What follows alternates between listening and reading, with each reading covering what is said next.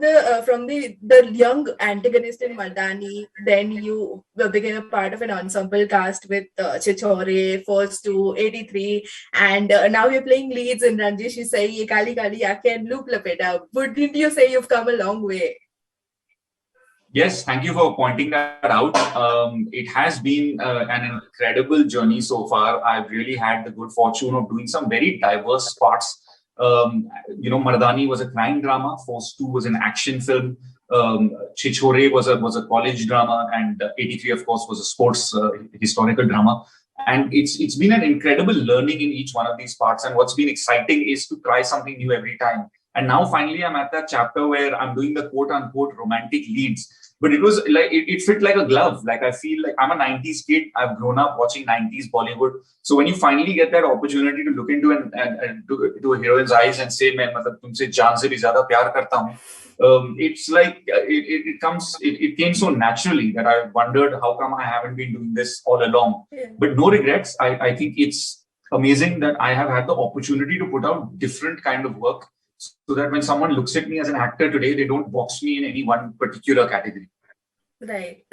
So while you are a 90s kid, this Ranjish Sahi is based in the 70s Bollywood. So what about the era is it that you were looking forward to while working on the web series? I think when you're working on a period piece, it's always very exciting, because when you step onto the set, it's like you have walked into a new world altogether. And this series is set in the world of Bollywood in the 70s. It's such a dramatic difference between the kind of technology that we see on set today and what I saw on the set design of Ranjish Sahi, whether it was the camera or the old school of editing on film, or the kind of lights that were used. And that always helps you to get into character and get into the vibe of the world. But also what's challenging about a period film are the kind of mannerisms that you're used to doing, whether it's the slang in your vocabulary or your hand gestures or your walk, all of it has to be adapted to the time. And of course, there are the adding dress up of your hairstyle and the costumes and the kind of makeup that all adds to giving it that period feel. Right.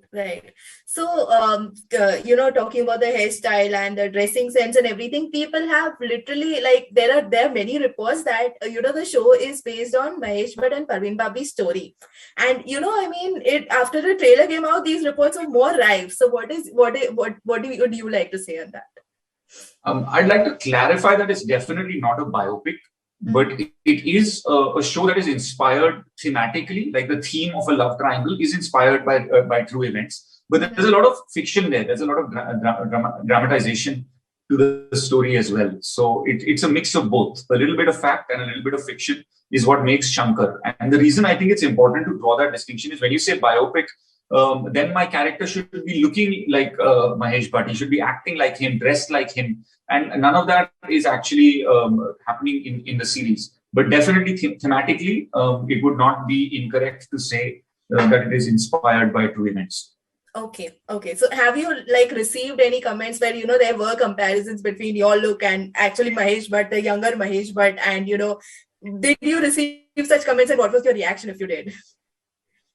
No, I didn't receive any such comments, but also it was intentionally a sort of creative decision not to try and look like him at all. So it wasn't there. The only comparison that people have asked is because he's the creative producer, how much of a creative input did he have in influencing Shankar's character? And to that, I would say 50%. Like, it's 50% his creative input and 50% his imagination and fiction. And it could not have been possible without him, because he is a director. He comes with, he's an institution when it comes to the romantic drama genre and when it comes to a musical sense. And this series has both, and it's based in the 70s. Yeah. So without his experience, without his journey, without his stories, I wouldn't have got a lot to feed off that I had as a result. Yeah. So not many know that, and you've not really been credited for it. So you played a small role in Kai Poche, and which also starred Amrita. So did you guys connect back then and, got to work together now? And how was it like?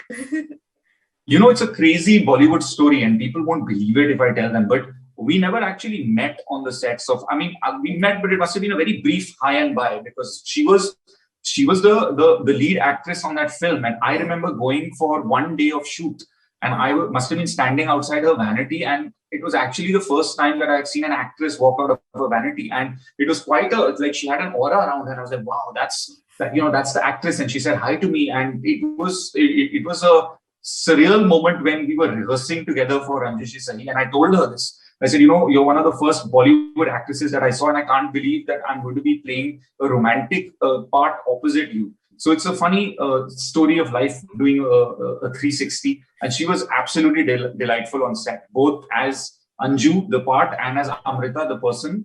She was incredibly patient.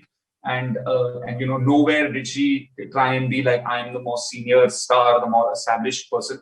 And it was just a joy to work with.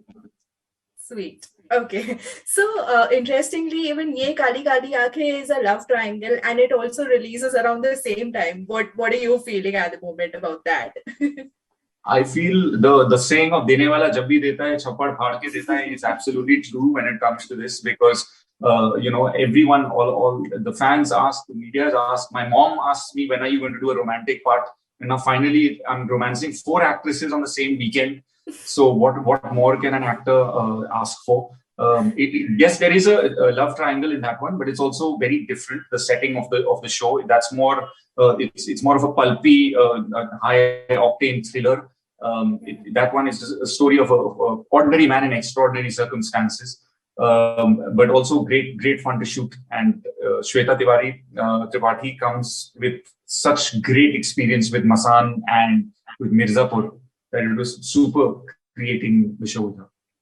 Yeah. So talking about Shweta, not only Shweta, even Taapsee, you're working with Taapsee in Loop Lapeta. So, these actresses, they have paved a way on their own. Like, they had their own identity. So like being at par with them, what was that whole experience like? Did you have to go the extra mile? It was super, because I would like to believe that in a similar way, I have sort of carved my own path. And when you meet a co-actor, a co-star who has had a similar journey to you, and you know what they have done in order to maximize their potential in their craft, there is a mutual respect. And I've had that with Shweta, with Amla, and with Taapsee and Amrita. And it's great, because there is no limit, there is no ceiling to the amount of effort that you're willing to put in to make sure that the project just comes first. And all of these shows that we're talking about, yeah. So I was saying, so both Loop Lapeta and Ye Kaali Kaali Ankhein were shot between lockdowns and between curfews and night curfews in 2020. But there was never a moment when we felt, what are we doing? Kahan phas gaye? Because for us, and I can speak for all of the actors that I've just named, being on a creatively fulfilling film set, doing what you love is the best thing in the world. And it's just great to be collaborating with people like that. Yeah, wow. Also, you just came off a fresh success of 83, and it has been critically acclaimed. It has received box office numbers. So, what I want to ask you is, how important for you are box office numbers? For a film like 83, honestly, it was an emotional decision. I wasn't alive when the 83 World Cup happened and when we won, but I really feel like I've lived through that part as a result of stories about it that have been passed on through the generation, whether it was my grandparents or my parents. And so when I was narrated the script and told that, we'd like you to play Sunil Gavaskar, it was a no-brainer. It took me 5 minutes to accept that part, because I knew that if a film like this had to be made, it was going to be a once in a lifetime. The scale at which this was made, where all of us moved to the UK for 4 months to shoot it like the real team did back in the 80s. Everything was on real locations. We played at Lord's, and it's every Indian boy's dream to play cricket and to wear India's kit as Sunil Gavaskar, hold the bat and walk out onto the Lord's pitch.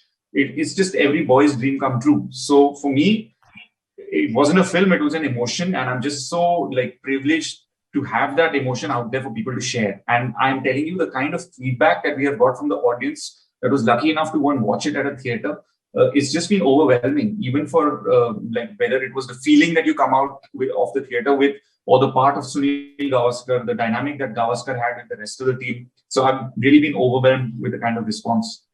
Yeah. So what was your takeaway from, portraying a legend like Gavaskar on screen? Right. So before I went into doing Gavaskar's role, I read up a lot about him, watched a lot of his games, saw a lot of his interviews.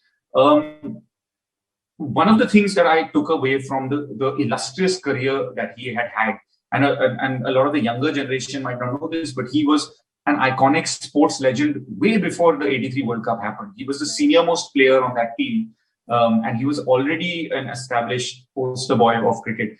And what I learned is that it is through practice and it is through repeated time that you spend in the nets and repetition that you can turn your negatives into your positives. You can turn your flaws into your positive success points.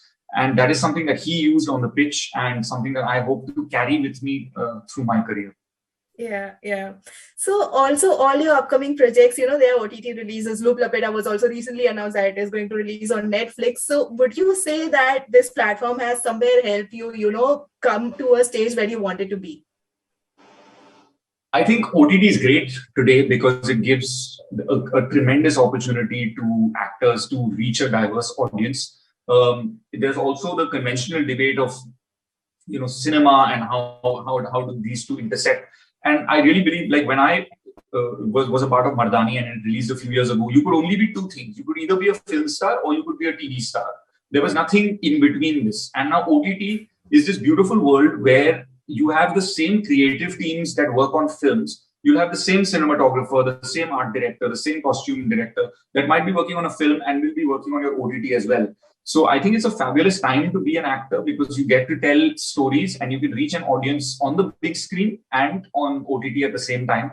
There are some stories that are best told in a 2-hour format, like an 83. And then there are some which are best told chapter-wise, like a Ranjish Sahi, which lets you explore the character and the story just a little bit more. Yeah, yeah. So, talking about theater, like, there is always this box office pressure, like hit, flop, jo bhi hota hai, but that, it is not there on OTT. So, would you say that, it eases off the box office pressure, and to what extent would you say that it's true? It's definitely liberating as a creative person because for an OTT, it has a longer shelf life. Films are so much about because they have a limited time in the theater of how much the audience or how well the audience will receive them in 1 week or 2 weeks. But for OTT, the benefit is that someone could discover your show 3 months after it's released. Someone may love it 1 year after it's released, and other people might watch it on the same weekend.